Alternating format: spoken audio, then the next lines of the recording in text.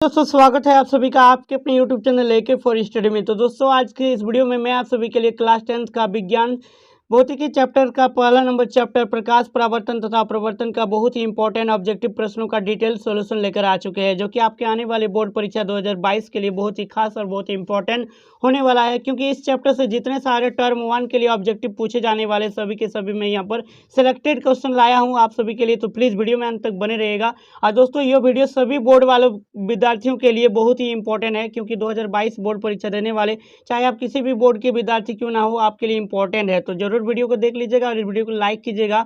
इसी वीडियो में आपको सारे के सारे ऑब्जेक्टिव प्रश्नों का मैं एक बार वीडियो को अगर शुरू से अंत तक देखते हैं तो आपको याद हो जाएगा, इतना मैं गारंटी देता हूं। मैं विथ सॉल्यूशन के साथ बताऊंगा कि किस प्रकार से इसका याद रखिएगा, उसको अभी मैं यहाँ पर जुगाड़ बता दूंगा। तो चलिए आज की इस वीडियो को शुरू करते हैं। उससे पहले आप सभी से एक छोटा सा रिक्वेस्ट रहेगा, अगर मेरे चैनल पर पहली बार आए हो, चैनल को सब्सक्राइब नहीं किए तो प्लीज़ यार चैनल को सब्सक्राइब जरूर कर लीजिएगा, क्योंकि इस चैनल में मैं आप सभी के लिए हमेशा हेल्पफुल वीडियो लाता रहता हूं। और नोटिफिकेशन बेल को ऑल पर सेट करके रखना है, ताकि आने वाले वीडियो का नोटिफिकेशन आपको मिलता रहेगा आपके एग्जाम से पहले। चाहे क्योंकि आपका एग्जाम में आपको अच्छा मार्क्स लाना है, तो जरूर इन सारे इंपॉर्टेंट ऑब्जेक्टिव प्रश्नों को देखकर जाना है, क्योंकि टर्म 1 ऑब्जेक्टिव के लिए बहुत ही इंपॉर्टेंट है। तो देखिए हम लोग देख रहे हैं कक्षा 10 के लिए विज्ञान साइंस का फिजिक्स वाला चैप्टर कौन सा है दोस्तों। फिजिक्स का पहला चैप्टर आपका है फिजिक्स के पार्ट से प्रकाश परावर्तन तथा अपवर्तन। और इस चैप्टर से जितने भी ऑब्जेक्टिव प्रश्न पूछे जा सकते हैं सभी को सिलेक्टेड किया गया है। तो चलिए एक एक करके आपको डिटेल के साथ बताते हैं, ताकि आपका याद रह जाएगा किस प्रकार से। तो और इसका आंसर भी मेंशन करके मैं पीडीएफ प्रोवाइड कर देंगे। मेरे टेलीग्राम चैनल जरूर ज्वाइन कीजिएगा दोस्तों। टेलीग्राम चैनल का नाम बता देता हूँ, AK फॉर स्टडी। बट इस वीडियो को जरूर देखिएगा यार, इस वीडियो को छोड़ के नहीं जाइए, क्योंकि इस वीडियो को देख लेते तो आपको यहीं पर याद करा दूंगा, ये मेरा गारंटी है। तो चलिए AK फॉर स्टडी 1 सर्च कीजिएगा तो आपको मिल जाएगा टेलीग्राम पर। तो टेलीग्राम ज्वाइन कीजिएगा, या इस ज्वाइनिंग लिंक इस वीडियो को डिस्क्रिप्शन बॉक्स पर मिल जाएगा। टेलीग्राम यूज नहीं करते तो आपको मेरा व्हाट्सएप ग्रुप भी बना दिया गया आप सभी के लिए। क्लास 10 के लिए, क्लास 9 के लिए, अलग अलग क्लास के लिए अलग अलग ग्रुप है। तो क्लास 10 वाले ग्रुप में ऐड हो जाइएगा। देखिए निम्न में से कौन सा पदार्थ लेंस बनाने के लिए प्रयुक्त नहीं किया जा सकता है। तो लेंस बनाने के लिए किसका प्रयुक्त नहीं किया जाएगा दोस्तों, जल का तो किया जाता है लेंस बनाने के लिए, कांच का भी किया जाता है, प्लास्टिक का भी किया जाता है, बट मिट्टी का प्रयोग नहीं किया जाता है। तो ऑप्शन डी यहाँ पर हो जाएगा, क्योंकि मिट्टी से लेंस बनेगा पॉसिबल ही नहीं है, तो इसीलिए यहाँ पर मिट्टी करेक्ट हो जाएगी। ये तो सिंपल क्वेश्चन था। चलिए नेक्स्ट क्वेश्चन देखते हैं दोस्तों। नेक्स्ट क्वेश्चन यहाँ पर प्रश्न नंबर 2 वो काफ़ी ज़्यादा इंपॉर्टेंट है। एक उत्तल लेंस की क्षमता P = एक डायोप्टर। देखिए लेंस की क्षमता एक डायोप्टर है, तो उस लेंस की फोकस दूरी ज्ञात कीजिए। तो एक फॉर्मूला इसके लिए याद रखना होगा दोस्तों आपको, P = 1/f। जी हाँ दोस्तों, लेंस की क्षमता पावर P = 1/f होता है। तो इसको याद रखिएगा। एक डायोप्टर आपको दिया है, इसका लेंस की क्षमता यानी कि P का मान एक दिया है 1/f। तो हम लोग यहाँ पर लिख सकते हैं F = क्या आ जाएगा 1/1। अगर इसको हम लोग जानते हैं दोस्तों, इसका जो कि होता है सेंटीमीटर में लिया जाता है फोकस दूरी को, तो इसीलिए 1 हो जाएगा। और 1 मीटर होता है फोकस दूरी में, तो 1 को हम लोग क्या करेंगे 100 कर देंगे, 100 सेंटीमीटर। बट क्या होगा, एक चीज़ याद रखिएगा कि उत्तल लेंस बोला है, तो उत्तल लेंस में पॉजिटिव वाला लिया जाता है, फोकस दूरी का मान पॉजिटिव होता है, तो इसीलिए ऑप्शन सी इसका करेक्ट आंसर हो जाएगा।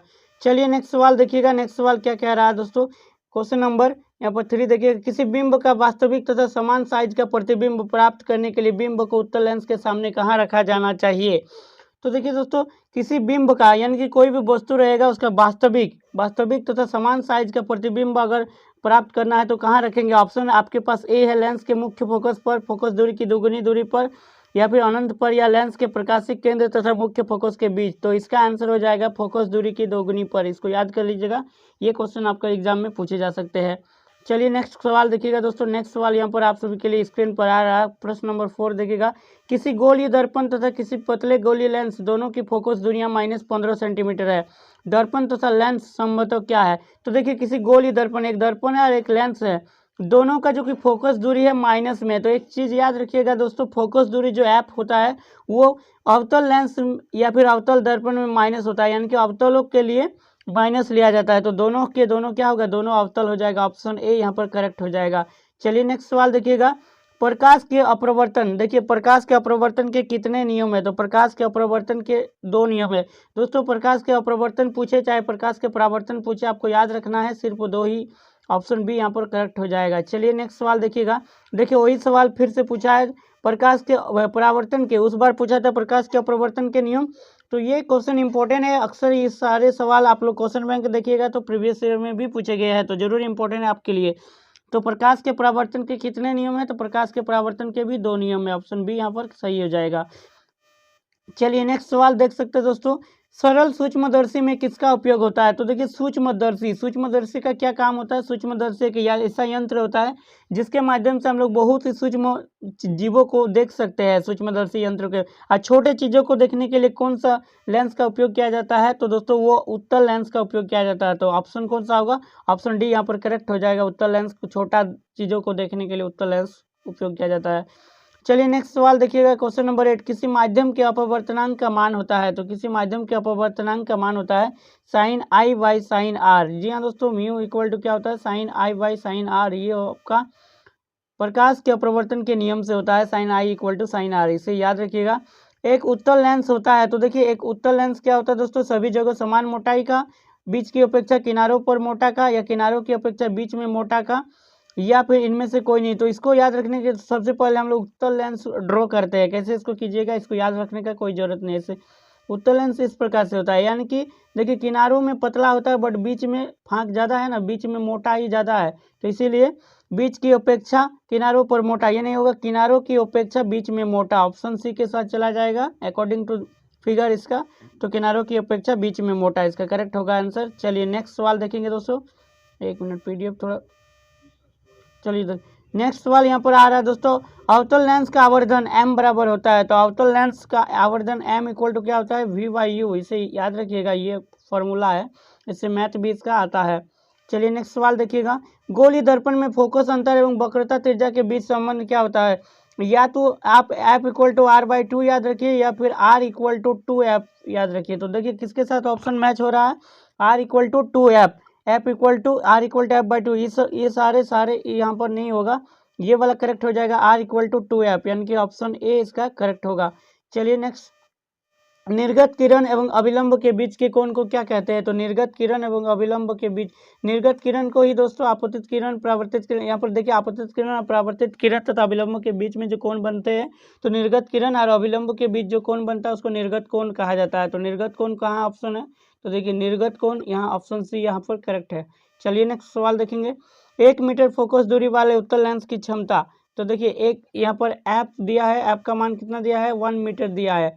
और लेंस की क्षमता पूछा उत्तल लेंस की, तो P इक्वल टू हम लोग जानते हैं 1/f होता है।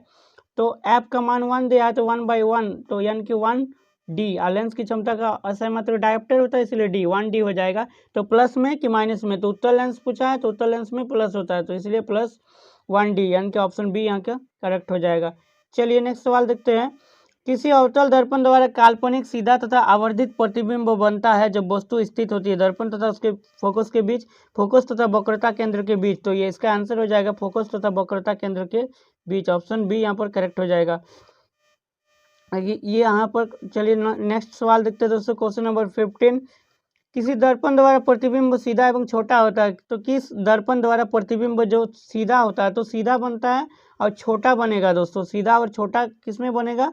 तो उत्तल दर्पण, अवतल दर्पण, समतल दर्पण, या इनमें से कोई नहीं। तो उत्तल दर्पण में सीधा एवं छोटा बनता है, तभी तो उत्तल दर्पण का उपयोग किया जाता है गाड़ी के पश्च दृश्य दर्पण के रूप में। तो यहाँ उत्तल दर्पण हो जाएगा। नेक्स्ट सवाल देखिएगा, प्रश्न नंबर 16, अवतल दर्पण है। तो अवतल दर्पण क्या है? तो अवतल दर्पण एक अभिसारी दर्पण होता है। जी हाँ दोस्तों, अभिसारी, इसको आप लोग याद रखिएगा। चलिए नेक्स्ट सवाल, क्वेश्चन नंबर 17, उत्तल दर्पण से बना प्रतिबिंब होता है। तो काल्पनिक एवं छोटा, काल्पनिक एवं आवर्धित, वास्तविक एवं छोटा। तो उत्तल दर्पण से कैसा प्रतिबिंब बनता है? तो देखिए छोटा तो बनेगा, लेकिन यहाँ पर काल्पनिक बनता है, इमेजिनरी इमेज बनता है, काल्पनिक एवं छोटा हो जाएगा।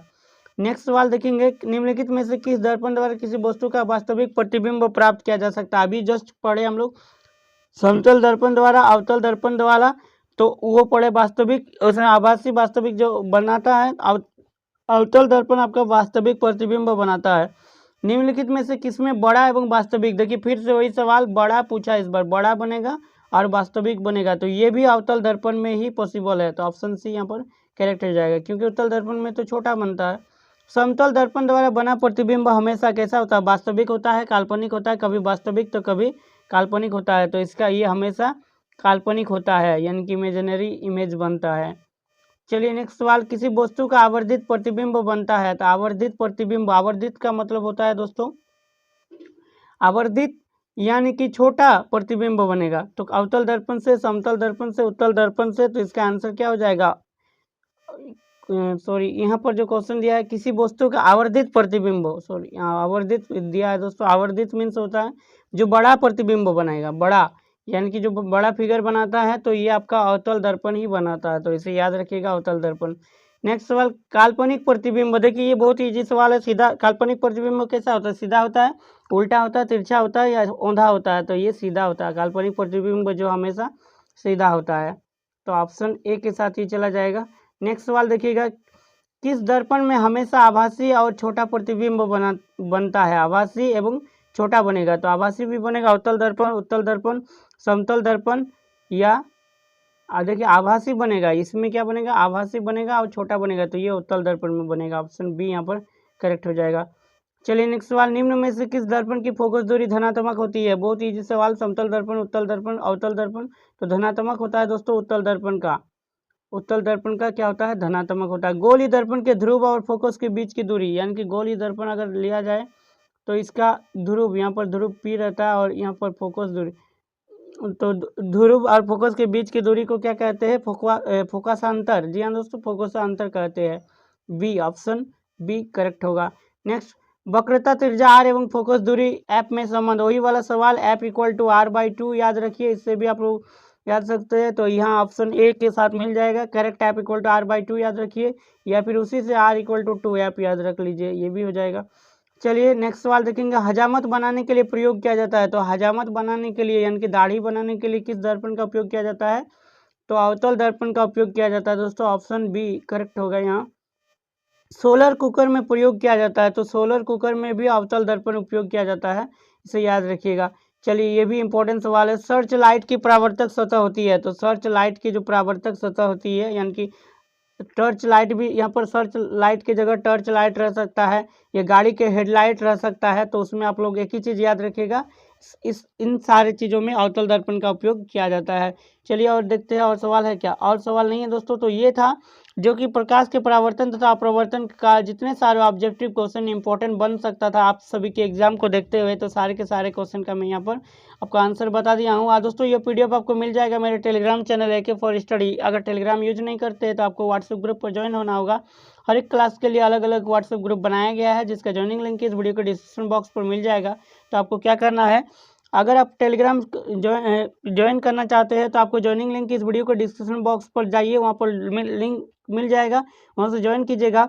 इस वीडियो के अपलोड होने के बाद 5-6 घंटे के बाद इस पीडीएफ को भी मैं वहाँ पर प्रोवाइड कर दूंगा आप सभी के लिए। पीडीएफ को डाउनलोड कर लीजिएगा। तो इस वीडियो को जो भी विद्यार्थी देखे अभी तक लाइक नहीं किया, अगर वीडियो अच्छा लगा तो प्लीज़ वीडियो को लाइक कीजिएगा, और चैनल पर पहली बार आए चैनल को सब्सक्राइब नहीं किए तो प्लीज़ चैनल को सब्सक्राइब कर लीजिएगा, क्योंकि इस चैनल के द्वारा आप सभी को हमेशा एग्जाम से अपडेटेड भी रखा जाता है, साथ में आप सभी के लिए स्टडी मटेरियल भी प्रोवाइड किया जाता है। तो मिलते हैं नेक्स्ट वीडियो में, तब तक के लिए take care, bye bye, thanks for watching.